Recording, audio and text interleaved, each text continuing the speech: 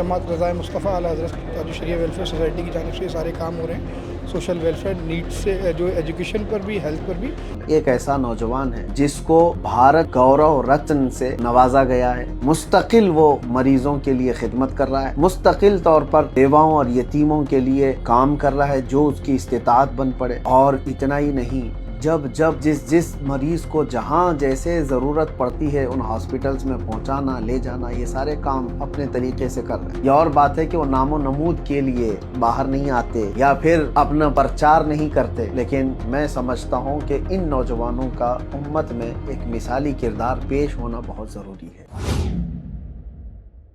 आदाब, नमस्कार, मैं वसीम अख्तर और आप देख रहे हैं द लीडर हिंदी। दरगाह ताजुश शरिया के सज्जादा नशीन काज़ी हिंदुस्तान के दामाद फरमान हसन खान फरमान मियाँ के नाम के साथ एक बड़ी उपलब्धि जुड़ गई है।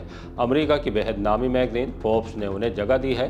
2026 के अंक में उनके कामों को सराहा है, जिनके बूते वो होनहार स्टूडेंट को फ्री नीट कोचिंग कराकर डॉक्टर बनाने की मुहिम में लगे हैं। ज़रूरतमंद लोगों के इलाज से लेकर ऑपरेशन तक कराते हैं। वो दीन के गलियारे से समाज सेवा की नई परिभाषा गढ़ रहे हैं, जिसे फोर्ब्स मैगजीन ने इन लफ्ज़ों में जाहिर किया है।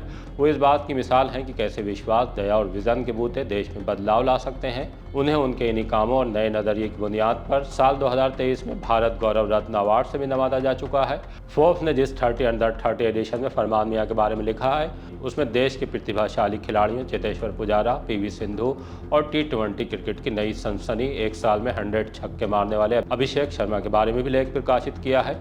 कारोबार जगत की बड़ी हस्तियों और उनके कामों के बारे में भी जानकारी छपी है। फरमान हसन दरगाह आला हज़रत से जुड़े संगठन जमात रज़ाए मुस्तफ़ा के राष्ट्रीय महासचिव हैं।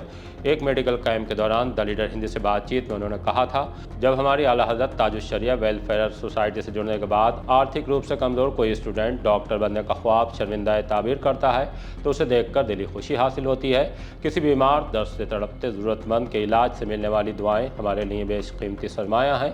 उनके इन्हीं कामों की मुफ्ती सलमान अधरी ने बरेली आकर किन लफ्ज़ों में तारीफ़ की थी, वो भी आपको सुनवाते हैं। अभी बरेली शरीफ के सफ़र में हाजिर था तो आपके पास एक मेरे तजुर्बे की बात अर्ज करूं। नौजवान ये सोचते हैं कि हम क्या कर सकते हैं, क्या नहीं कर सकते हैं। 32 साल के एक नौजवान के बारे में मैं आपके सामने बताता हूँ। सिर्फ उम्र 32 साल। बरेली शरीफ में हाजिर था। वहाँ मुझे जिस नौजवान के मुतालिक आप सबके सामने जिक्र करना है, पहले तवज्जो से सुन ले। एक ऐसा नौजवान है जिसको भारत गौरव रत्न से नवाजा गया है 2023, सिर्फ 32 साल की उम्र में। इस वजह से मुस्तकिल वो मरीजों के लिए खिदमत कर रहा है, मुस्तकिल तौर पर बेवाओं और यतीमों के लिए काम कर रहा है जो उसकी इस्तिताअत बन पड़े। और इतना ही नहीं, जब जिस मरीज को जहाँ जैसे ज़रूरत पड़ती है उन हॉस्पिटल्स में पहुँचाना, ले जाना, ये सारे काम अपने तरीके से कर रहे हैं। वो नौजवान कोई आम आदमी नहीं है। हो सकता है बहुत सारे लोग नावाकिफ हों कि इस तरह के काम करने वालों को उम्मत में पेश करना बहुत ज़रूरी है, इसलिए मैं आपके सामने खुल करके बता रहा हूँ। वो अजीज़ुल क़द्र मुहिब्बे गिरामी जनाब फरमान हसन खान, जो कायदे मिल्लत हुजूर सईदी असजद मियाँ साहब क़िबला के दामाद। 32 साल की उम्र में आपको हैरत होगी कि